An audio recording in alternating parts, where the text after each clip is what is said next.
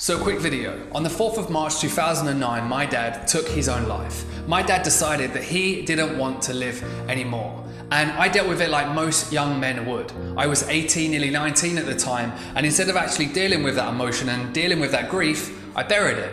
I ignored it, and instead I looked for short-term solutions. I couldn't get my head around it. Was my dad's life a lie? Was he ever happy? Why did he do this? Why did he leave me, my brother, my family? Especially when he had so much on paper, when he had a full-time job, when he had a house, a loving wife, a loving family, a lot of friends. At my dad's funeral, people couldn't get in because he had so many people there for him. But instead of me actually dealing with that pain, I didn't deal with it. I ignored it, and I went instead for short-term solutions. I played the role of a masculine man that was simply getting on with the fact that my dad had just killed himself, but inside I was hurting. Inside I didn't want to wake up in the morning. Inside I didn't know what I was going to be doing in the future because my future seemed so bleak. I was insecure, I was worried, I was lost, I was confused, I was upset, I was hurt, I felt guilty. And instead of actually addressing any of those emotions, instead I went and bought a brand new Ford Focus from the showroom when I was 19 years old. Instead of dealing with any of those emotions, I decided to set a business up and work hours upon hours upon hours,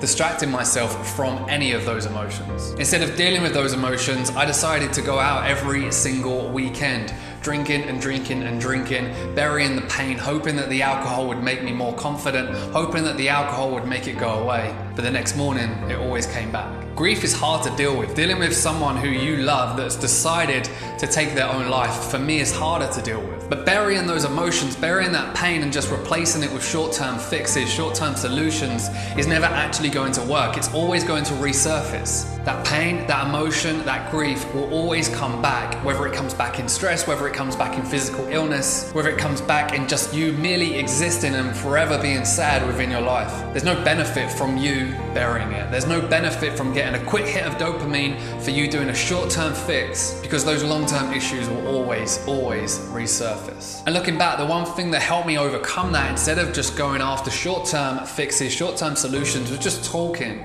being open, being self-aware enough to understand that this is why I'm dealing with it and this is how I'm feeling, and consistently asking myself why. Why am I feeling this way? Why did my dad take his own life?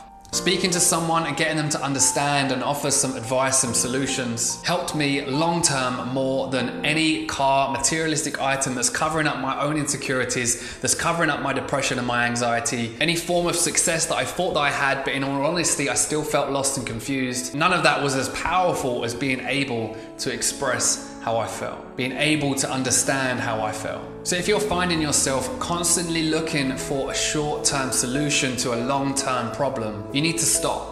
You need to quit it, because no short-term fix will ever solve a long-term issue. If you want someone to hear this message, please share this video, tag someone in the comments below as well. And I'd love to hear from you. I'd love to hear if this has resonated with you in some way. Please send me a message on Facebook. And remember that it's okay to talk. It's okay to talk about how you feel.